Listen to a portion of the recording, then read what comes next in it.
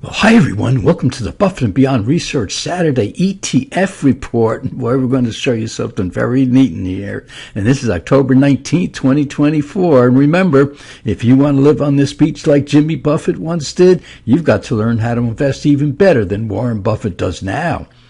And let's go over some of the charts in the ETFs. And of course, we look at our favorite, the NASDAQ 100, and we can see that it's on a slight upward trend in here. And then it seems to have stalled out this past week in here. But we gain money as in our NASDAQ 100 top stocks portfolio and our ETF sector stars portfolio also. Now let's look at the different ETFs that's in our quiver of arrows. And one is the XOP, which is the oil and gas exploration. Boy, it was on a run here for a while, and now it just kind of petered out, and it actually turned down. Intermediate term indicator actually turned down here. So it looks like they're not so worried about the Middle East situation cutting off of Iranian oil.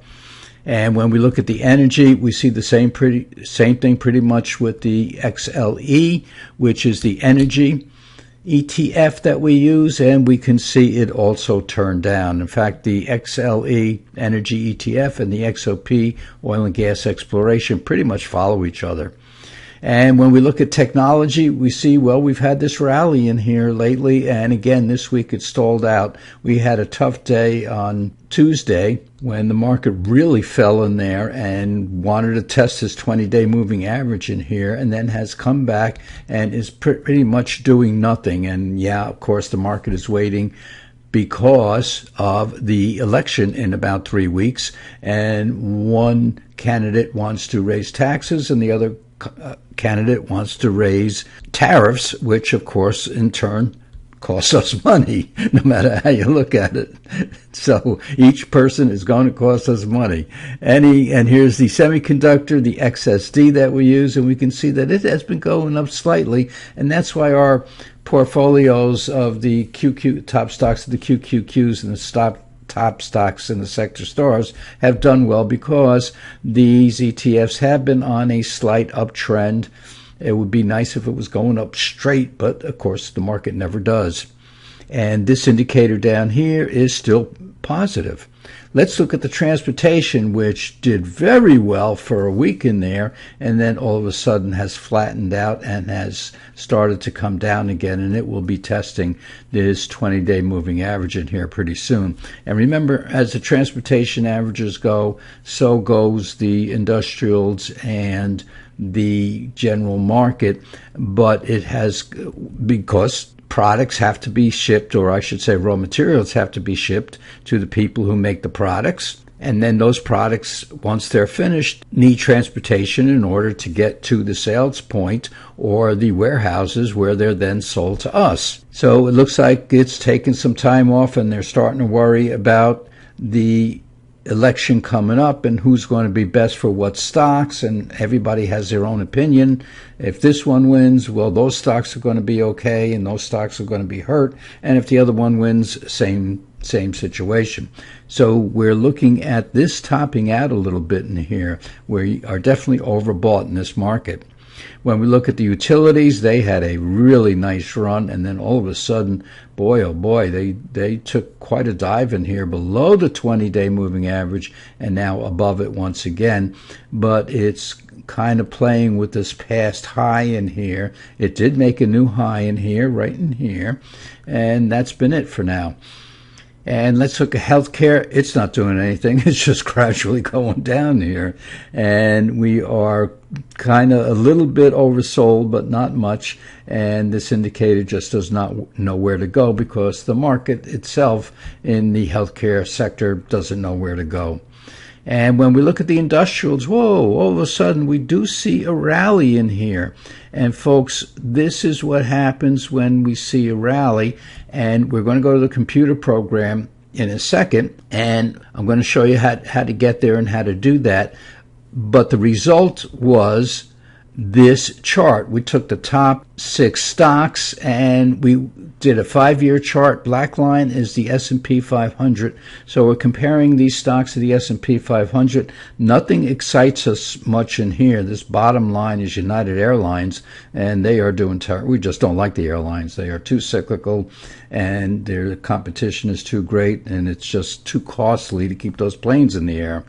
But we look at this yellow line here and go back and we find out it's Exxon.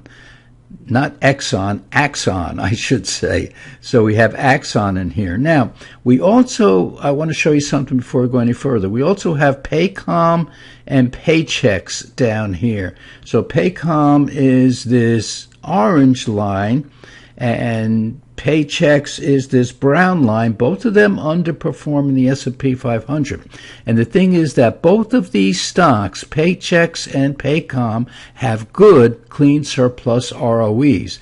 But yet the market just doesn't seem to like them. And maybe we just leave them alone because one of them is in our portfolio, one of our portfolios, and we are probably going to take it out at the end of this year and replace it with something else. But that's not what this is all about. We are looking at this yellow line and seeing what is this company and what are they doing. So let's go to our other video that we shot on screen, and then we'll get back to this. So now, after all is said and done, we know what Axon does. It's the old taser company. And yeah, our law enforcement officials certainly need those tools to be used in any way they can, folks. I mean, they're protecting us. They're protecting you from me from you, and us from other people that want to rob us, that want to do us harm. So we need the police, and this company seems to be doing very, very well in here, and we have to take a look at it. Now, we didn't know about Axon until we started looking into the industrial ETF. It's the XLI, so this should be XLI up here, but it's the industrials, and we found this new stock, and that's how we find stocks, folks.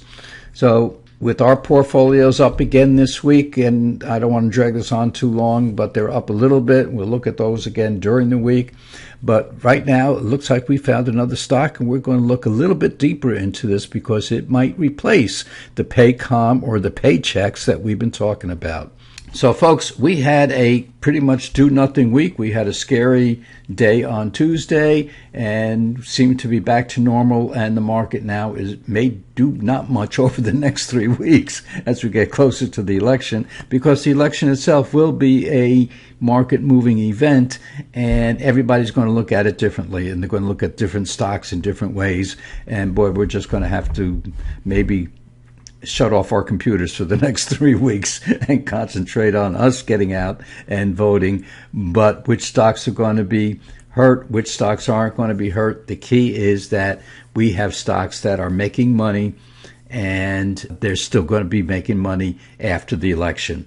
So, folks, you go out, clear your heads this weekend. Have a great weekend. Have a safe weekend. Be with your family. Maybe have Sunday dinner. And, folks, we'll see you in a couple of days.